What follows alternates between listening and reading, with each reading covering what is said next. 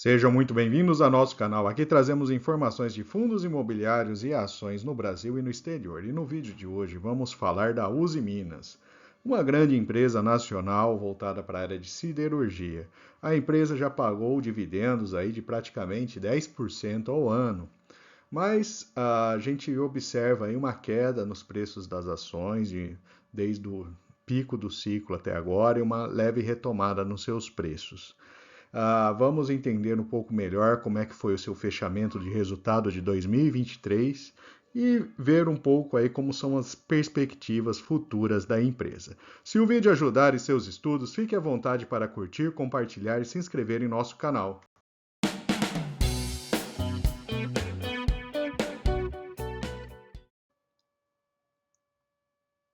Vamos então para uma visão geral da empresa, começando pelo controle acionário. A gente tem o grupo Nippon Steel, né, que possui 23%, e o grupo Ternium Procid Confab com uma participação de 49% das ações ordinárias.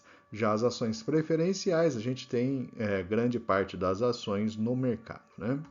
A empresa possui então, né, os ativos, né, voltados principalmente aí para exportação, né, usando o porto de Itaguaí, Cubatão e Tubarão, né, com os seus principais ativos localizados no estado de Minas Gerais. A empresa tem basicamente duas grandes seções, né? A área de mineração, inclusive a empresa fez o IPO recente da sua área de mineração, e siderurgia, né? Então, tanto a extração de minérios quanto a produção de aços aí voltados para o mercado interno, principalmente. Então temos aí chapas grossas, laminados a quente, a frio e galvanizados aí com diversas aplicações em várias áreas da indústria.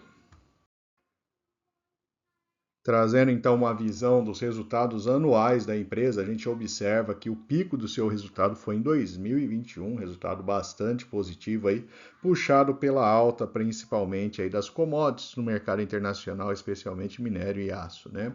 E aí 22 e 23 a gente observa uma queda até mais acentuada no ano de 2023.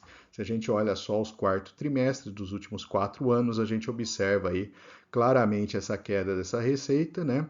Apesar de diminuir a receita entre 22 e 23, a gente observa um aumento no seu lucro líquido e EBITDA no período.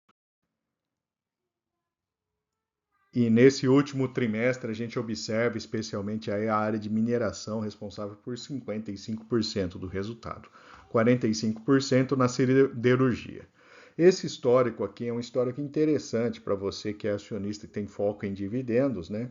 A gente observa que 21 foi um ano excelente para a empresa, ela conseguiu pagar aí praticamente 10% de dividendos. A gente observa aí o lucro por ação foi um resultado bastante expressivo. A 2022 ela manteve ainda um pagamento relativamente elevado, né? Subindo um pouco mais aí o seu payout. 23 já tem uma queda importante. Mas é interessante observar que em períodos de baixa, como 15, 16, a empresa registrou prejuízo. Portanto, né, você tem que estar muito bem consciente aí do ciclo das commodities, né, e a variação aí da demanda, tanto no mercado interno quanto externo, em relação aos produtos da Usiminas. Então, assim, é uma empresa que tem um ciclo muito bem marcado ali de resultados. Trazendo a dívida, né? A dívida da empresa está num patamar negativo, então ela tem uma posição relevante em caixa, apesar de ter aí empréstimos aí, né? Compromissos na casa de 6 bilhões de reais, mas ela possui um caixa que faz frente e a sua dívida líquida ela fica no campo negativo. E o seu valor patrimonial apresentou aí um bom resultado em 2021, né? Um crescimento bastante expressivo. Já neste gráfico, a gente consolida aí o fluxo de caixa operacional da empresa, né? Então, a gente tem aí na linha azul, né, o caixa das atividades operacionais, que 2021 realmente foi bastante positivo, né?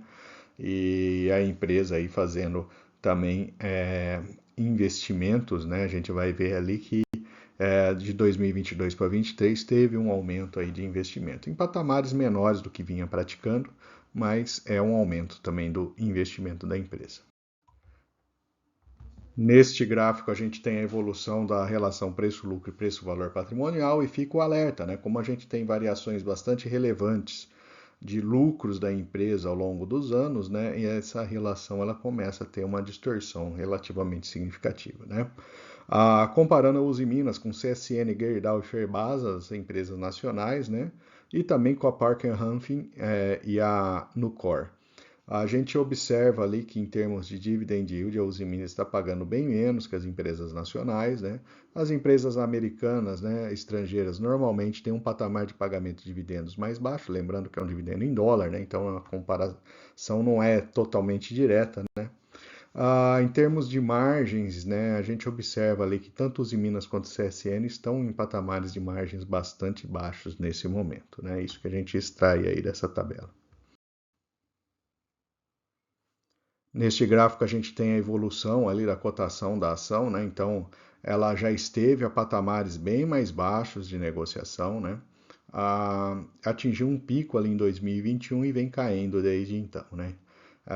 Então ela marcou um outro fundo ali, né? No meados do ano 2023.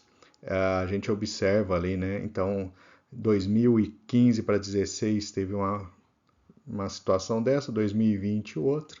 E agora, em 2023, ela aparentemente aí marcou um fundo na sua ação, né? Então, é interessante ver esse comportamento, né?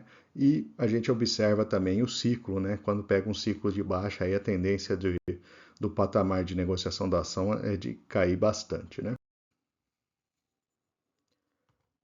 Neste gráfico a gente tem a projeção dos analistas, né? Então a gente tem aí projeções que variam de 8 a 14 reais para o preço da ação. A maior parte deles tem recomendação neutra para a ação, né? Lembrando que você não deve investir única e exclusivamente baseado nessas recomendações que são divulgadas e publicadas, né? Vale o seu próprio estudo e também identificar se esse tipo de ação faz sentido na sua carteira ou não. Vamos agora para os destaques da divulgação de resultado da empresa, né? Então, começando com siderurgia, a gente tem aí o volume de aço vendido, né? A gente observa ali uma variação relevante de 22 para 23, saindo de 989 para 1041. Interessante observar que, em termos de aço, a grande responsável, né, pelo resultado, 90% do resultado vem de mercado interno. Então, esse é um ponto importante ali a ser observado, né? E a gente observa aí também ao longo do ano uma queda relevante de receita total por tonelada vendida. Isso daí é o preço do aço, diminuindo aí a receita da empresa, né? Na área de mineração, a gente tem uma inversão, né? Então o mercado externo ele responde aí por grande parte do resultado da empresa e a gente tem praticamente aí uma estabilidade em termos de volume. Já em compensação, a receita do minério, né, em dólar por tonelada, ela subiu aí de 72 para 101. Então tivemos aí um aumento do preço do minério e uma queda do preço do aço. Então as coisas acabaram aí puxando o resultado geral da empresa em sentidos opostos. Aqui temos o CAPEX, né, da empresa, então ele saiu de 2022 de 2,1 para 3 bi em 2023, né, um aumento significativo ali. E aqui os principais investimentos da empresa, principalmente na planta de Ipatinga, né, uma segunda aciaria, R$500 bilhão praticamente de investimentos, e também um terceiro alto forno, né, que foram um total aí de 2,7 bilhões em investimentos e está fazendo aí um ramp-up, né, está colocando em operação esse alto forno aí ao longo do primeiro semestre de 24, né, a empresa já espera ter estabilidade dos resultados. Vamos para as notícias recentes, então, da empresa, né? Aqui uma comparação, né, entre a CSN e a Uzi Minas.